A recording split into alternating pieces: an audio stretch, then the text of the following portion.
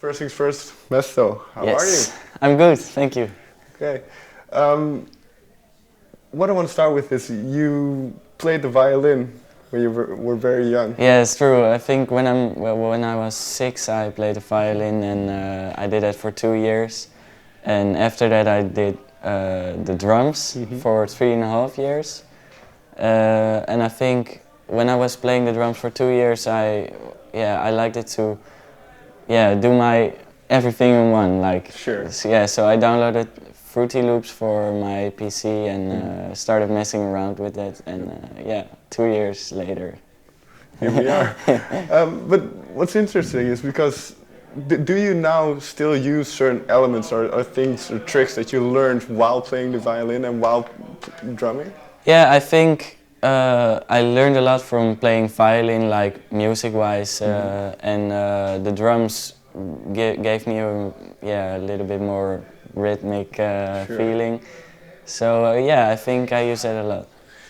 Why did you kind of move over into electronic music? Was it what you were listening to more? Or? I think when Oliver Heldens released Gecko, that was for me the trigger, like, whoa, this is cool. And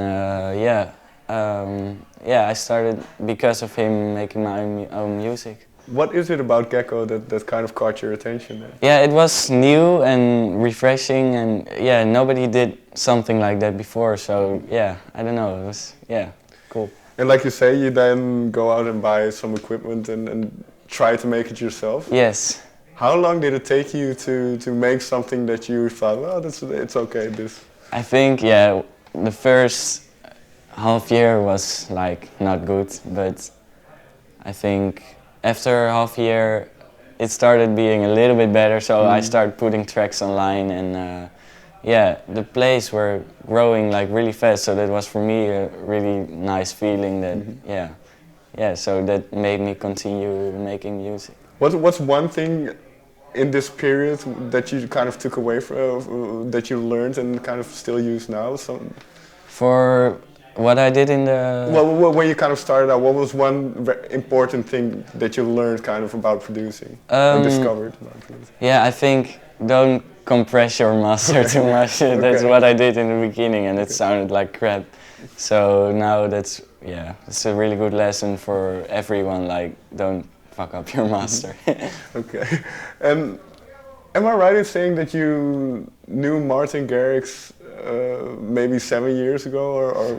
Yeah, it's a funny story because like Martin Garrix was playing with my sister in a band while he was playing guitar yet, and my sister was singing, and after that I met him again like 5 years later, 4 years later, and he heard my track, and he really liked it, and we kept in contact, and Bouncybob was born. Of course. Yeah.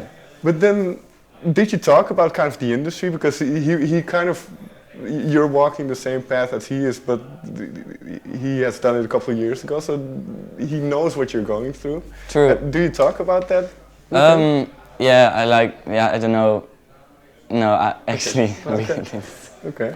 Oh, fair enough. No. Maybe not. Yeah. And then, or do you talk more about production and?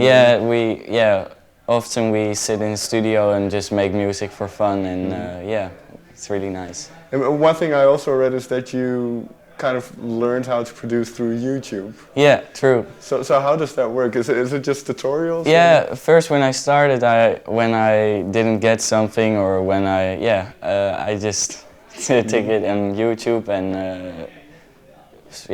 that gave me the answer some. So in that sense, it's because you know what it's like to play violin, you know what it's like to drum, but then you also know what it's like to create music digitally.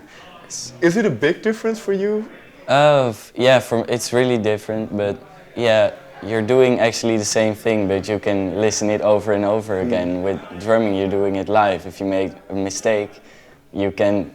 But with making your own music in Fruity Loops, it's really nice because you can just scroll back and make the melody again, or adjust something, and I really like that.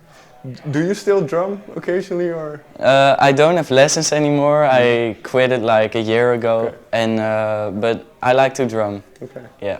So and like you say, it's kind of. Do you notice when you listen back, like you say, to your tracks? Do you notice the drum rhythms, and do you?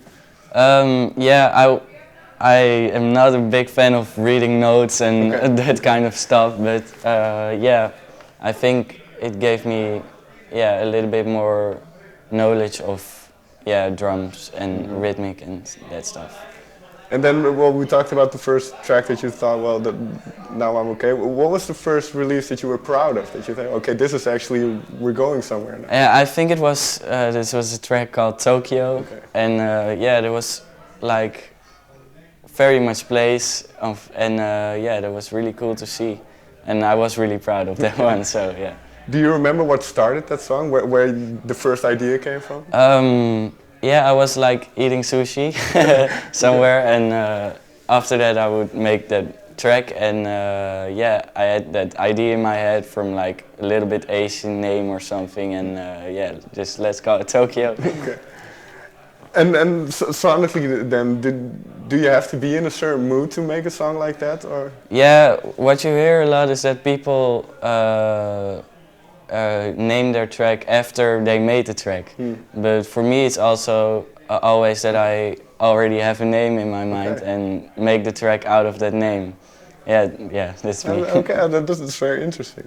And then you mentioned Bouncybob. Was that kind of a turning point for you, or? Yeah, for me it was like, it was for that time, it was something new and different, so yeah, it was, yeah. And well, you're still quite young, but how are you experiencing everything? Because in the last year, 2 years, I suppose your life has changed quite a bit. So yeah, it's true. How are you dealing with it? So? Yeah, it's nice. I love it. Yeah, I think when I was on school it was kind of hard to combine everything. Sure. But now I'm on the Herman Brood Academy where we learn music, making music, and yeah, if I have to play somewhere, that's like what you're doing, so they think that's okay. Do you think it's important, especially for young musicians, to have somewhat of an education in music, or to? I think that you can really, yeah, you can educate yourself. Like, yeah, if you keep going, making music and stuff, you learn from that. So, sure. Yeah, I don't think you have to get. And one thing that a lot of producers, DJs tell me is that it's very important to have an original sound. Yes. Do you feel you've kind of found it now, or are you still looking? I'm always searching for new sounds. Like, yeah, Bouncybob was for me really different, and yeah, after that you can't make a second Bouncybob because it's not different anymore. So, yeah, I'm always experimenting with new sounds. In that sense, is it then difficult to? Well, I suppose this is true for every track then, but is it difficult to know when you're done, when you should stop adding stuff? Yeah, for me it's always hard because like I used to make my tunes on a computer where I couldn't save my tracks. Okay. So yeah, I learned how to make really quick tracks, and yeah, it doesn't sound good, but now I have a laptop where I can just work everything out in time, and yeah, it's different. But in that sense, then, are you a quick producer in a way? Do you like to? Yeah, ideas, like making ideas, I can do that really quick, I think.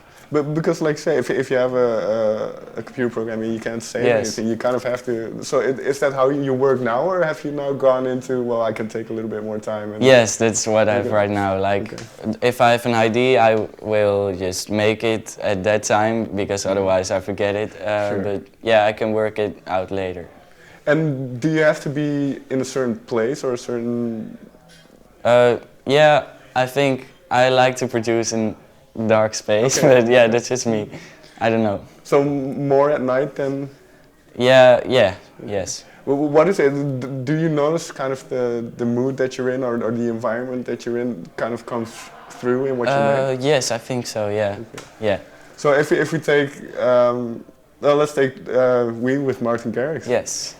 What kind of was the mood when you created that track? Yeah, I was very happy. Yeah, I think it's a really happy track, and yeah, it's nice. And Was it already kind of decided when you did Bouncybob that you would do another track together, or? It wasn't at that time, but yeah, it turned out to be WIEE, and yeah, we made it like I think a month ago, and it's released really fast. Okay. So yeah, I think that track describes our styles really good together. Like you have that progressive chords and then the futuristic melodies.